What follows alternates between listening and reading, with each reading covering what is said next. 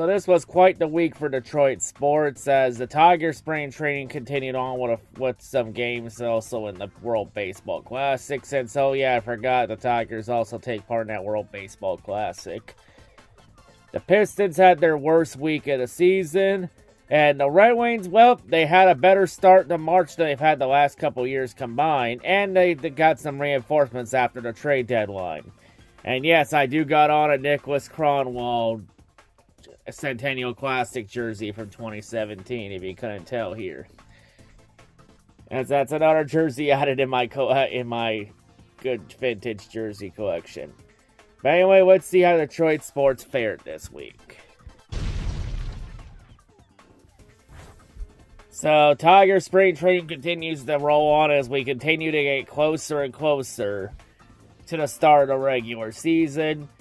Of course, for the Tigers, though, they also had a couple. This week was a little more meaningful since they did have some games in the World Baseball Classic, mainly playing 2 games against the Dominican Republic and a game against Panama, which saw mixed results, which saw, well, it saw a win, a loss, and even a tie in that whole ordeal. So they went 1-1-1 in their respective thing against the World Baseball Classic, which I'm kind of surprised they let MLB teams compete in that classic. Like, honestly, I thought it should be only just the countries competing against each other and like their own little tournament thing.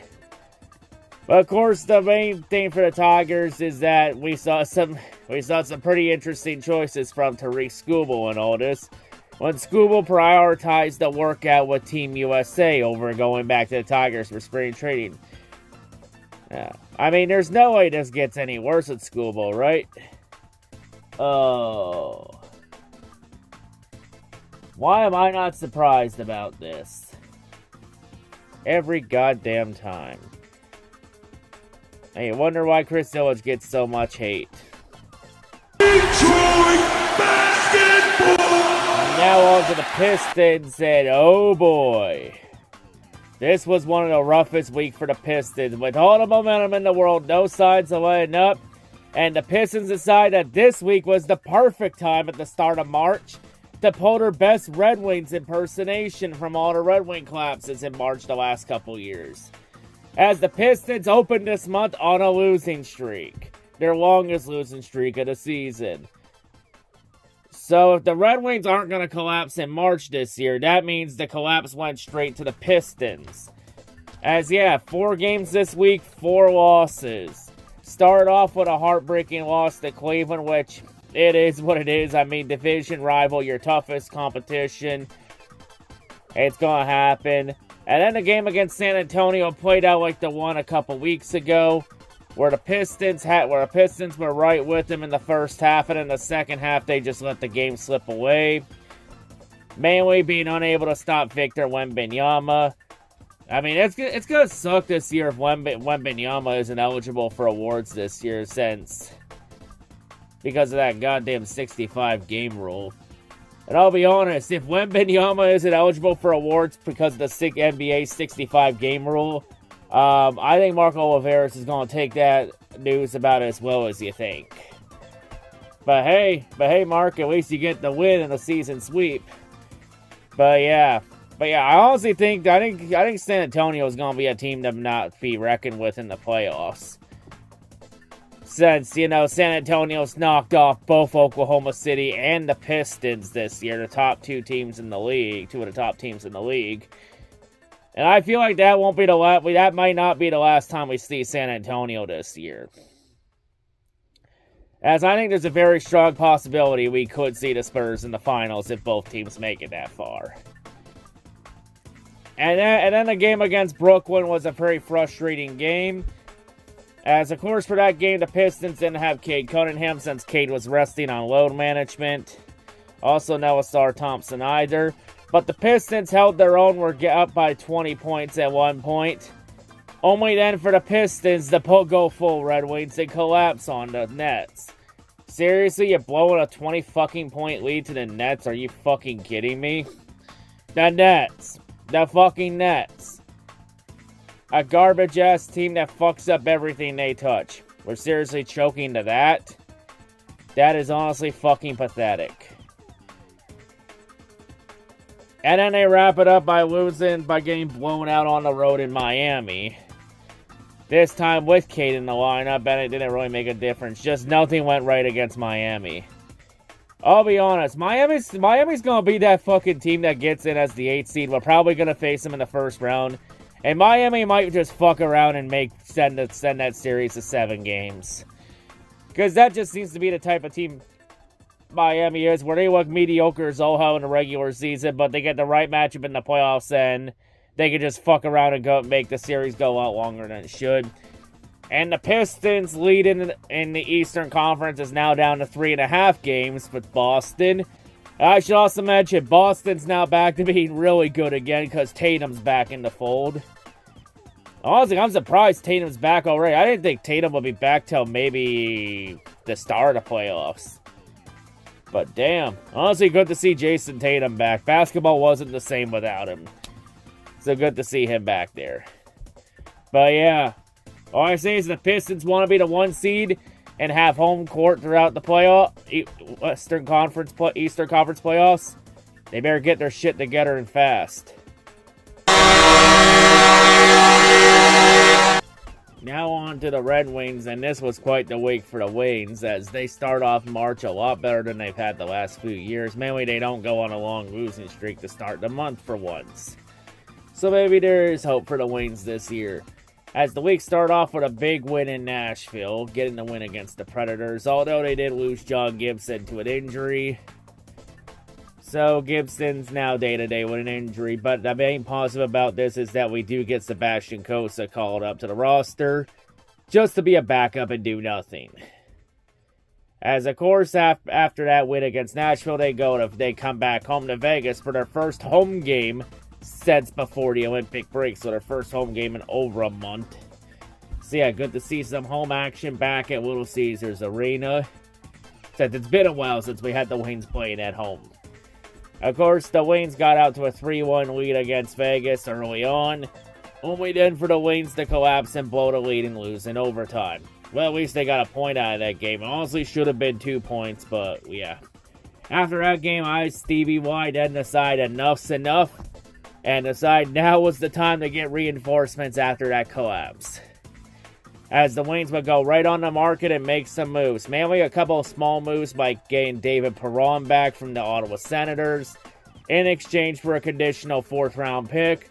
The condition is that the Ottawa only gets that 4th round pick if Perron plays 1 game with the Wings. Since Perron hasn't played since January with a groin injury, but Steve Yzerman said that he's about 2 weeks away from playing again during his rehab. So it looks like Ottawa will get that 4th pick. But there's another condition with that conditional 4th. As the other condition is, if the Red Wings make the playoffs and win a playoff series and Perron plays in half of the games in the first round, that 4th round pick becomes a 3rd round pick. So yeah, there's a little more incentive there. Of course, the other small move the Wings would make, though, is sending Elmer Soderblom to Pittsburgh in exchange for a 3rd round pick that originally belonged to San Jose. Well, I mean, it's tough to see Soderblom go, but, I mean, he's been pretty inconsistent, and it was obvious that that move was just to make roster space for somebody. As we usually know, Steve Yzerman usually has a few tricks up his sleeve. And then right at the buzzer before the deadline hit, Friday afternoon, Steve Yzerman would make the splash move that the Wings need to make. As the Yzerman took that 3rd round pick they got from Pittsburgh, and they packaged in the big splash move to St. Louis to acquire Justin Falk from the Blues in exchange for that 3rd round pick they got from Pittsburgh in the Soderblom trade. So that effectively becomes a 3-team trade. So going to St. Louis will be that 3rd round pick. Wings also send St. Louis a 1st round pick for Falk, and it's unprotected, and that's their 1st round pick this year. So now this year, if shit hits the fan, the Wings can't tank this year if they wanted to. And the Wings also send that pylon Justin Holloway, but the big blow here is the Wings sending Dmitry Buchnelikov to the Blues in that trade for Falk. That is a bit of a big blow since Buchnelikov is one of the top international prospects the Wings have, but You know, it's unknown if Bochnelikov will come to America or not and play, or if he's going to fuck off and stay in Russia. So, there was definitely some uncertainty there and more boom or bust at that point. I mean, it's not worth really keeping him around in the pool if he's not going to come to America and play. So yeah, a bit high risk, but, you know, Fulkin was the best defenseman on the market that the Waynes were linked to. And they got done. Like, honestly, the Waynes need to make some moves here because the farm system's getting overloaded. It's almost at the point to where we need to check Eisman in for hoarding at this point. I mean, out of all the contenders, the Waynes were the only one to have their first round pick this year. And now they've sent that way. Like, honestly, I always say for anyone who wants to complain about it is, hey, if you want the Waynes to compete and actually make the playoffs, you gotta make some sacrifices at this point. And honestly, a first-round pick this year is a worthy sacrifice for Folk. All I say is, fuck them picks. I mean, worst-case scenario, that pick will probably be somewhere in the early 20s. In the early 20s at this point. So, yeah. But, of course, the Waynes wouldn't have any reinforcements against Florida following the deadline, since Folk still has to travel and everything. I mean, the one negative I have about it is it's too bad the Waynes didn't go get Vincent Trocheck. That was the one player I want the Waynes to go get at the deadline, was Trocheck. But in the end, the Rangers said they weren't going to trade him unless they get the deal for him. And yeah, no, Waynes just cut. I think the asking price for Trocheck was too steep. Maybe in the offseason, since usually Steve Eisman's big splash moves are in the offseason. Plus, the Waynes got like over $50 million in cap space remaining. Like, they have the second most cap space out of anybody in the league behind Chicago. So the Waynes could definitely make some moves in the offseason to compete. As Steve Eisman decided that the window to compete is officially now. Of course, in terms of the game against Florida, well, nothing really went right against Florida. The Waynes just got completely stonewalled by Sergei Bobrovsky and the Panthers. As even though the Panthers are pretty much going to be out of it, the Panthers still got played with nothing to lose at this point. And like I've always said in the past in other sports, a team with nothing to lose is very dangerous. And also, Larkin got injured again, as Larkin left the game with a lower body injury, landed awkwardly in the third period, didn't return. So that sucks too. But the good news is that isn't long term, as it's a short term injury that's day to day. So it's really time will tell. Also against Florida, the Waynes get John Gibson back. So that was pretty quick. But the Waynes would bounce back with their reinforcements. As of course, with Larkin being out against New Jersey in the day-to-day, that means Michael Branson Nygaard will make his NHL debut on short notice against New Jersey on the road. And Nygaard actually had a pretty solid debut. I mean, he did lay somebody out and send a Devils player straight to the shadow realm, so that was funny to see. So, yeah. So see how when New Jersey was going to try and give him a rude welcome to the NHL, Nygaard's like, no, you get a welcome to the NHL, pussy. So that was pretty funny for Nygaard, but I'd say, hey, kid, welcome to the NHL. That's one way to make your debut, I guess. And, of course, Folk making his Red Wings debut. And of course, the Waynes, they actually got the shutout against New Jersey, shutting them out. Even Dominic Shine, the captain for the Grand Rapids Griffins, got the call up and got his first NHL goal. So that was something.